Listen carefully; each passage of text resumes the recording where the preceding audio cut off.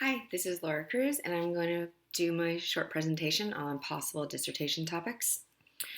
As a background, I've done over 13 years of in-home services. I strongly believe in in-home therapy. I know there is probably some stronger initial acquisition in a clinic setting where there is more control over variables. However, I feel like generalization and maintenance is much stronger when it's done in that in-home setting. That's really where I've spent a lot of my ABA life is in the home. We now do provide clinic-based, in-home-based, community-based, but we do require a parent component to all of our programs. So I strongly support the inclusion of family within that service model. There's a lot of research showing the impact that parent training has on child outcomes. And so I'm looking to kind of expand on that some. I have provided parent training through the public school setting as an in-home trainer, as well as the private sector. So that's something that I feel like is within my scope for sure and an area of expertise. My current thesis that I'm working on looks at training one parent to implement discrete child training using behavioral skills training. So behavioral skills training involves instruction, then modeling, rehearsal, and then feedback. Again, then repeating that modeling, rehearsal, feedback until mastery is demonstrated. So my thesis is going to examine the generalization effects of training parents on a tacting program, and then are they able to train from that training, implement an interverbal program as well. I'm going to measure not only the parent implementation accuracy, but also the child outcomes, since that is another component. Really, that's the big validity component to it. Is does the child improve from this treatment method?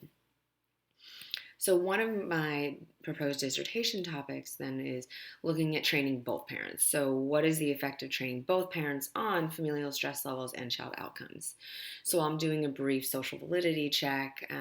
Looking at that familial stress levels is something I was very interested in as well, and what does that impact? So there's multiple components to me to what makes something socially valid. You need to have someone that they benefit as well. So most parent training research, at least in the kind of lit review that I've been doing for my thesis, only involves one parent. There's been a few studies that do look at two parents, so I'll kind of touch on one of those briefly. So what makes a parent training program successful? To me, there's really two components, and it has to be reinforcing for both the child and the parents. So ideally, you have your positive reinforcement for the child.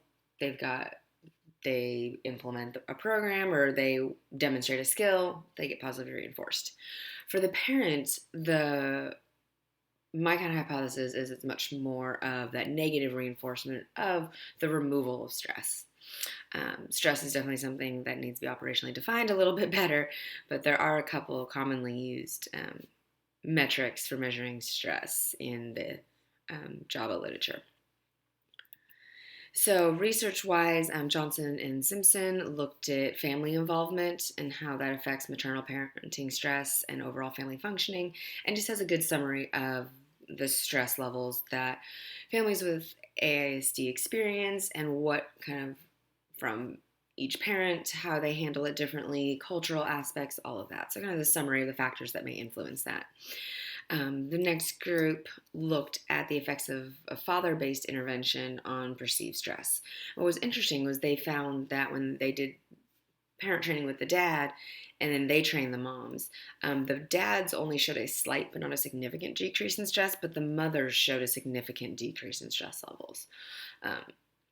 So looking at that. And then kind of one of the studies that I may look to expand upon more so, Harris, Peterson, Philibin, Glassberg, and Favell looked at parents providing feedback to each other, so use of spousal feedback to improve. And using that spousal feedback model did improve implementation of parent-implemented skills. This study is also one that I would potentially be interested in seeing how could that be moved into the staff training realm.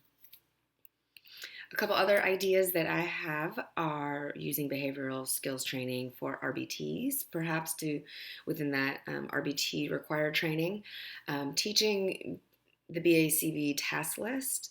That's something that I've noticed when you're training staff to become a BCBA, they can get really strong at, the implementation side, but then knowing the technical terms, being able to use those and implement from that end is a lot more difficult. And then what are just some other needed components? Maybe some technology, actual data collection. Staff may be great at implementation, and there's a lot on training staff to implement, but then what about training them to collect the data accurately? I mean, that's something that I feel like in the public schools is also lacking. So that could be a possible setting. Another idea is using a BA as supervisors. So what about using the good behavior game concept and kind of its premise with staff instead of kind of in a classroom? How would that be able to generalize into that type of setting?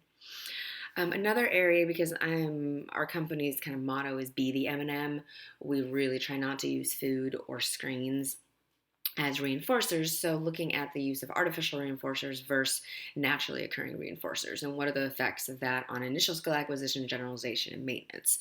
My hypothesis is that artificial reinforcers lead to greater initial skill acquisition, but decreased generalization and maintenance.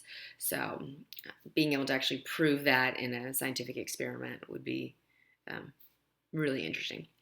And then one other that came up in the advanced ABA class I was taking this term, was looking at delayed discount across cultures and that changeover point where it's not worth the wait for the bigger reinforcer.